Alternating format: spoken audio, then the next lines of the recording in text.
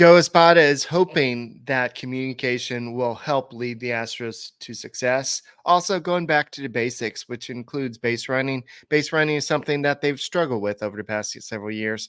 Hunter Brown, is he going to have a breakout season? And what's going on with who should bat six and the rest of the batting order? We'll go ahead and take a look at some potential lineups in this episode of Locked On Astros. Jainer Diaz, this is Locked On Astros.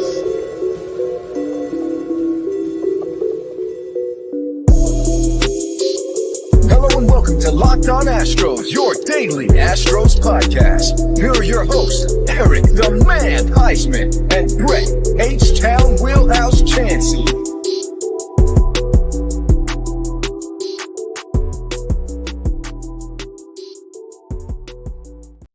We are Locked On Houston Astros, and we hope that you join us for a daily Locked On Astros podcast. My name is Eric Huysman. You can find me on X at Eric Talk Stros. Find the show at Locked On Astros, your team every day. Go and subscribe to us. Go and make us your first listen on Apple, Odyssey, Spotify.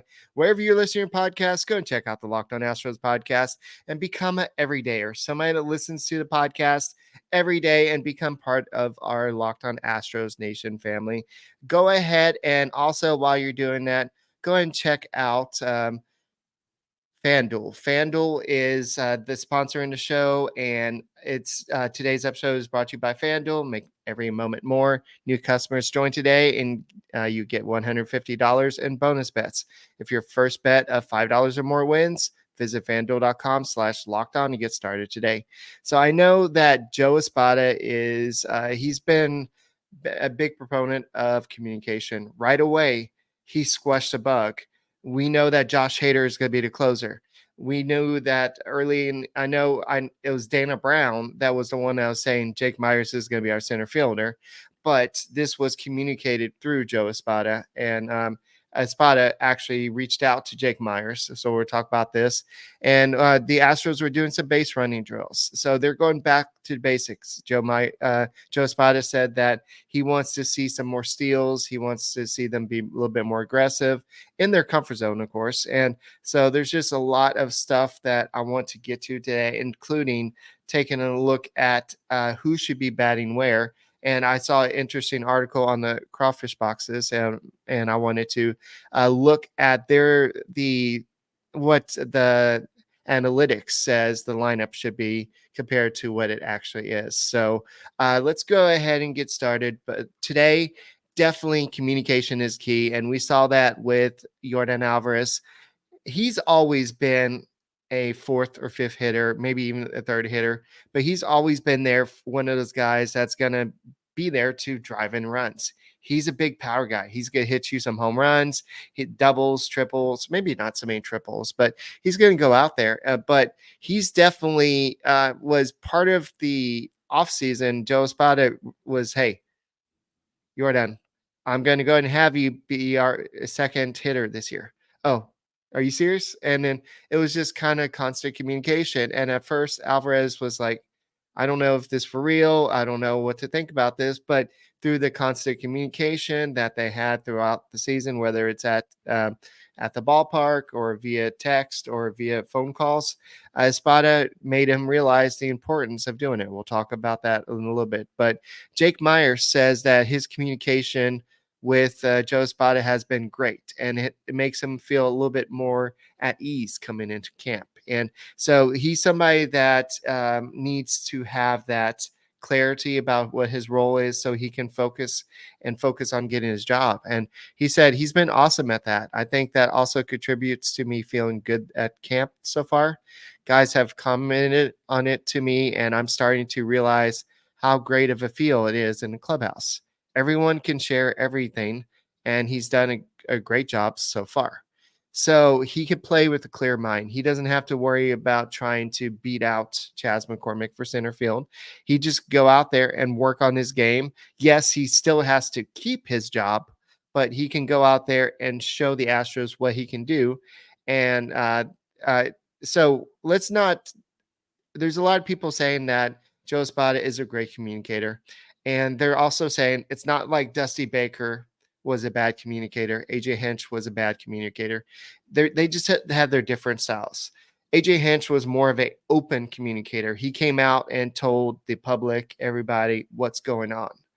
But while Dusty Baker, with HIPAA laws and everything, he didn't really come out and give you everything that was going there. I know you don't want to give out all the details, but there's a lot of stuff that Dusty Baker kept to his chest, and that's his right as a manager. That was his right to do it. So, but Alex Bregman said that it's nice we always knew, especially with Dusty Baker, we always knew if we're in the lineup that next day. We got text the night before about if we're in the lineup. So there was communication with Dusty Baker. And so we're not saying that there wasn't communication. It's just different. It's a different level. And so that's what Joe Espada is trying to do. And this is what Espada said. He said that I'm trying to find it. He said, I want us all to be on the same page for us to sustain and continue to win and maintain this culture. We have to communicate. Transparency is important, and that's something that we have done really good as coaches here for many years. And I want to make sure that culture remains. And he said it's very important to have defined roles. And that's what we saw right away with the closer situation. So what we see with Joe Espada is he's coming in and saying how it is. And he's telling people up front, he's having real conversations with people. And that's why you see this camp going by a lot more smoothly and I think you're going to see players feel a lot more comfortable. And so something that Joe Espada brought up this year is that the Astros need to improve base running. He said that they would like to get some more runners on base. Get more runners on base, of course, but advance more runners, whether it be the extra base on a single or just go ahead and try to get that stolen base. But he wants the runners to be to feel more comfortable this year, to be more aggressive, and that's something that he felt like that the players were maybe a little bit hesitant to do the past couple seasons, and so he wants to. So what he's doing today, before today's game, was he was doing some base running drills. So you have a team that's favored to potentially go to the World Series again this year, doing base running drills. I know that most teams do this, but it's this is what you want to see them do. Go back to the basics. Okay, we know this is something we need to fix. How can we get better? What can we do? Let's channel Drain McClain here. What can we do? I can't do his voice right now, but what can we do to be a champion today? And that's what Joe Espada is trying to do. He's trying to improve every aspect of the game, to improve the culture, to improve the team, and to make everybody feel comfortable and welcome on this team. And that's what he's doing. So Jose Altuve is probably one of the best players in Astros history. He does make some bad decisions on the base path. And that's something that I think Joe Espada and Jose Altuve probably need to work on. And this is something that Altuve knows he needs to work on. And I think it's just him wanting to make something happen. He's just one of those players that he wants to make things happen. He wants to be the guy. And you can't blame him for trying to get the extra bases, or sometimes it's just like, what were you thinking? But there's other players that have made mistakes in the past. And so I think what Joe Espada wants the team to do in general is just make smarter decisions. And that's what they're doing. And speaking of making smarter decisions, we saw Joe Espada talk about switching Alvarez to bat second. This is what a lot of teams are doing across baseball. But a article that I just read from the Crawfish Boxes says that maybe Alvarez batting second is good, but Altuve should not be leading off. Who should be leading off according to Sabermetrics and all the analytics? We'll talk about that in a second. Guys, let's talk about FanDuel. FanDuel is out there. It's there for you to just get your bet on. So get buckets with your first bet on FanDuel. It's America's #1 sports book because right now new customers get $150 in bonus bets after winning $5 bets. That's $150 if your bet wins. Bet on all your favorite NBA players' teams, like with quick bets, live same game parlays, exclusive props, like who's going to go to the NBA Finals, how many games are the Astros going to win, who's going to win home run, who's going to have the most home runs in American League this year? Is it going to be Aaron Judge or is it going to be Jordan Alvarez? There's so many different bets out there. So just go ahead and go check out FanDuel. Just go visit fanduel.com/lockedon and shoot your shot. FanDuel, it's the official sportsbook partner of the NBA. And guys, why don't you go and check out Locked On Sports today? It's the first ever 24/7 streaming platform out there that's on YouTube. And it's got not just one sport, it's got all the sports. So it's got the best news of the day, whatever you need to know, 24/7 streaming there. And so now it's on Amazon Fire TV. Just look for your free streaming channel on Amazon Fire Stick, and you can watch possibly the Locked On Astros podcast on there as well. So go and check out Locked On Sports Today and get all the news you need to know 24/7. All right. So I know that a lot of us have been kind of making predictions about what the rest of the lineup's going to look like. We know that you're going to have Altuve leading off. Alvarez is going to bat second. Bregman's going to hit third. And then you have Tucker bat fourth. Then he's pretty much said that Jose Abreu is going to bat fifth. Logically speaking, Yainer Diaz is going to bat sixth. I know it's hard to look at these spring training lineups because you don't have all the regulars in there right now. But right now we have Jeremy Pena, who's been batting sixth a lot recently. Will he be batting sixth once the regular season gets started, or will Yainer Diaz be doing it? Where would Chas McCormick be batting? Is he batting seventh or sixth?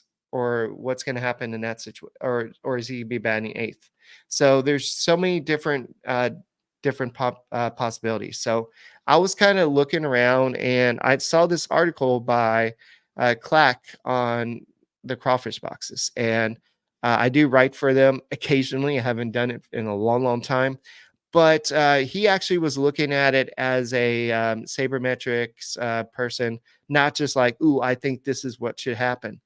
And a lot of us say, well, you need to put your best hitters at the 3-4 spots. That's so you can get the runners in.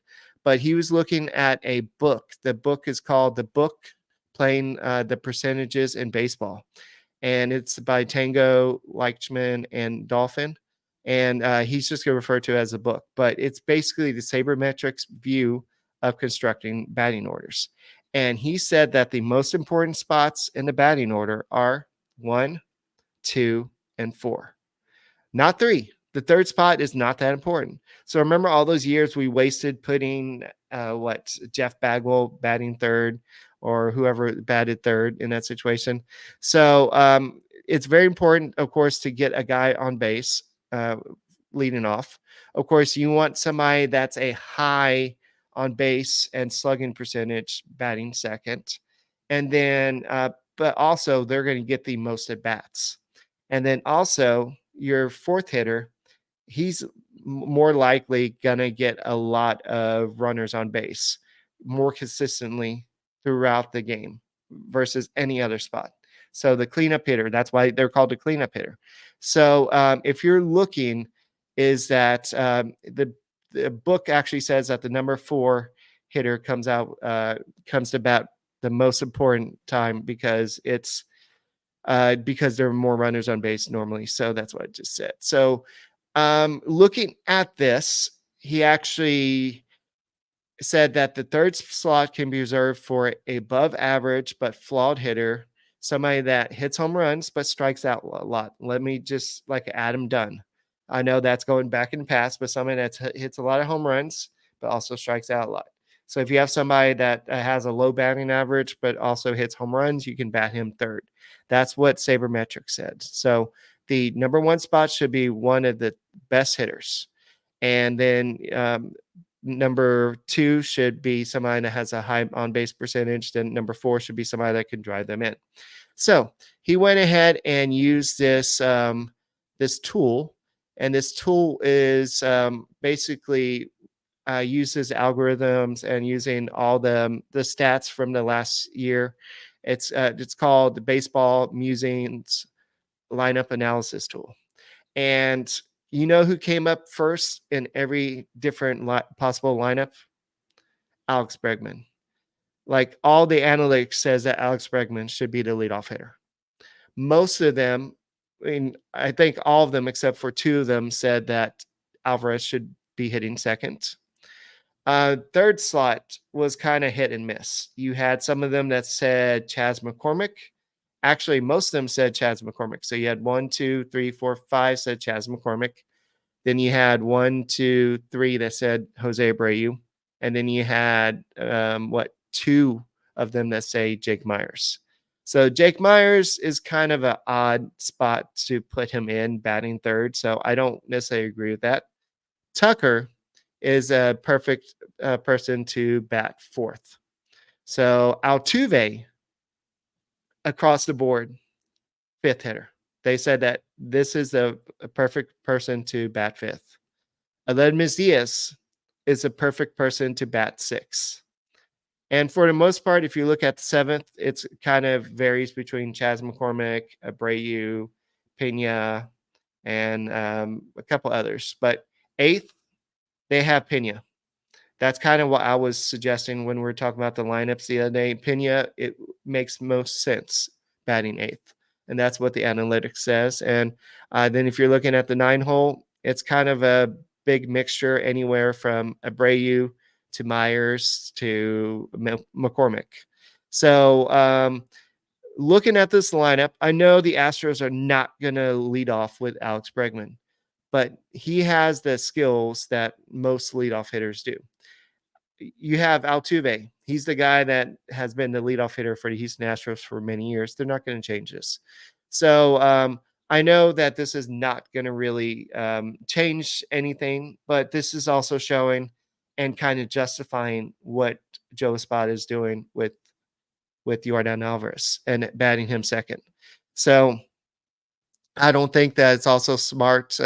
We had the issue with Tucker. Maybe would he bat third, and you have Bregman bats maybe fourth in this lineup or something. So would you have lefty? And that's something that Dusty Baker was kind of hesitant to doing. So right now, the lineup as is probably going to be Altuve, Alvarez, then you have Bregman, and then Tucker. So I think that is the perfect lineup. And then you have Abreu batting fifth, and none of the analytics says he should be batting fifth. But I think from what he's done in his past, I think the Astros are going to give him another chance. And so who bats six for the Houston Astros? I think it's going to be Yainer Diaz. Yainer Diaz is going to be batting six for the Houston Astros come opening day. And I think he's going to have a lot of success. And I saw an article today that said that he's likely going to be an all-star this year. Catching is, I don't know if you've done fantasy draft right now, but catching depth is at an all-time high. There are a lot of good catchers out there. And after being like JT Realmuto and then Salvador Perez, you got a couple other catchers, but now you've got a whole bunch of different good catchers. So Yainer Diaz, if he's able to make the all-star game, that would be awesome. So somebody else that is expected to have a breakout season is Hunter Brown. I know you might be saying, well, he has kind of had a breakout season. Yes, he had a great first couple starts, his rookie season, that his first season. Then his pure rookie season was last year. He did good, but then he hit the rookie wall. And most rookies do that. They come up and then they do really good. and then they kind of slow down, and they have to make that adjustment. So we'll have to talk about that in a second. But Hunter Brown expected to have by a lot, and especially in fantasy baseball. I'm doing like a couple of fantasy drafts right now, and Hunter Brown is going pretty early in these drafts. So a lot of people have a lot of confidence in him.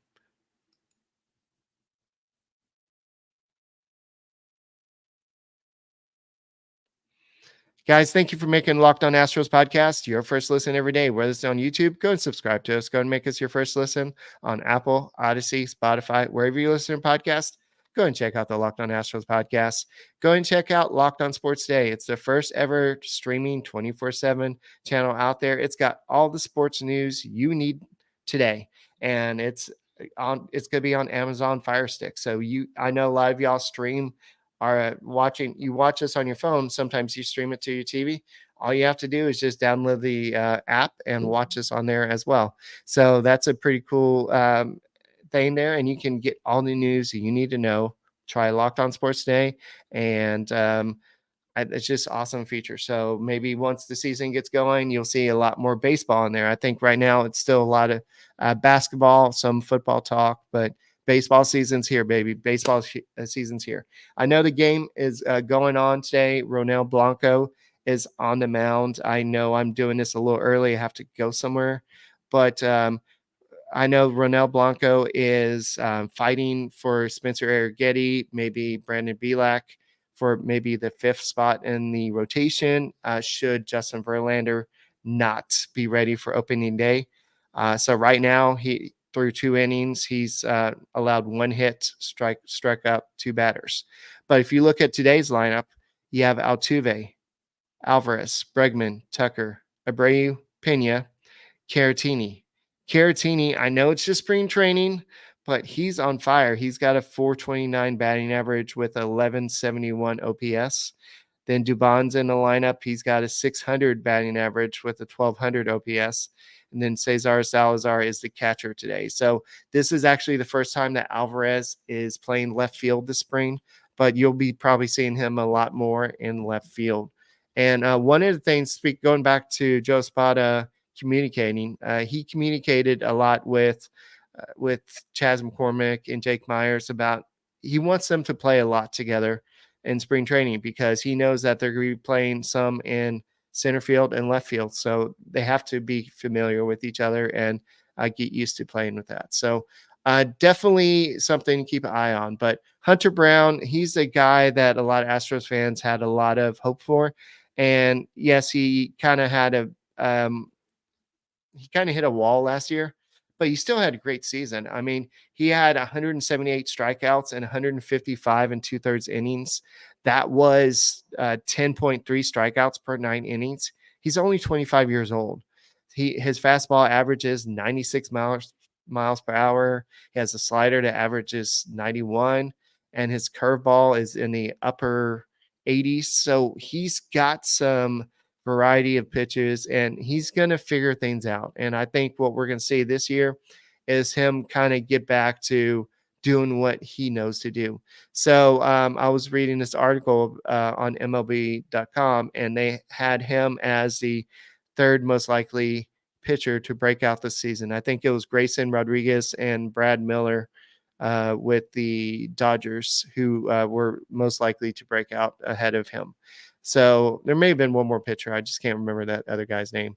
So there's, I think that just imagine if Hunter Brown somehow breaks out, if Christian Javier returns to his dominance, and then Framber Valdez returns to his 2022 form, Justin Verlander gets better, and then then hopefully you have Lance McCullers, Luis Garcia come back healthy, and then you have Jose Urquidy figure out what happened last year. He's healthy. He's not tipping pitches.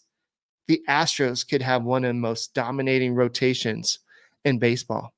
And then, they paid a lot for Justin Verlander. Yeah, they had to give up also to future outfielders to reacquire him. But at the same time, most of these guys are homegrown. And so it's always good to see the homegrown guys part of the rotation. So I know somebody that's trying to break out in 2024 is Trey Cabbage. And I know that the Astros love this guy. They love his speed. They love his power combination. And I was watching some videos of him hit. He's just got this sweet compact swing. And it's just like, I wish I could do that. If I could swing like him, I'll be playing baseball. But last year, he was the first Salt Lake Bee to have a 30-30 campaign.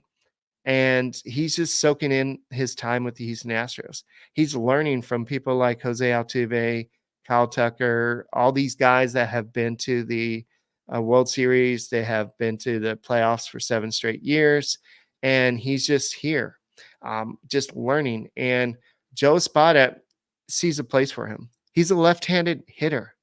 He can play off the bench. If you have an injury or one of these guys in the outfield doesn't perform, Trey Cabbage, if he has a hot spring training, or maybe and it makes a roster, or maybe if he goes down Triple A and has a hot start to the season, this guy could be an answer. He bats left. He can give you that another lefty off the bench. You may not have to rely on John Singleton if the Astros don't want to do that. But this is what Joe Espada had to say. Right now, we want to see him play and perform. I think it's early to determine his chances to make the team, but he gives us some flexibility. He can play corner outfield, and he can also play some first base. There is a path for him to make the club. But right now, I want to see him go out there and perform and have fun. And Cabbage said, it's been good. It's been a great experience. They welcomed me with open arms. Everybody's been willing to work, and it seems like we're all on the same page and trying to get better every day. So just keep in mind that Cabbage stole those 30 bases last year in 107 games in AAA. And so he said that in the Angels farm system, they kind of emphasize the speed and stealing bases. So maybe if Joe Espada and the Astros focus on that a little bit more this year, you could see not just Cabbage benefit, but players like Jeremy Pena maybe get some more stolen bases, or maybe Kyle Tucker finally get his 30-30 season that he's been waiting for at the big league level. Because I think that's what I mean. He's already an elite player, Kyle Tucker. But I think to get him to the next level, I think that 30-30 or maybe even a 40-30 type season would help kind of get to that next level and help him get that next contract. So going back to what we were talking about yesterday, I didn't get to all the questions that Dana Brown was asked. And he said one of the things that Dana Brown was asked was, what is the biggest things that you have learned about this job that you didn't know before? He said, the biggest thing is managing the roster. Of course, when you're scouting, you're basically adding prospect to the system. It's a little different being a GM. You have to coordinate conversations with the manager and your front office members.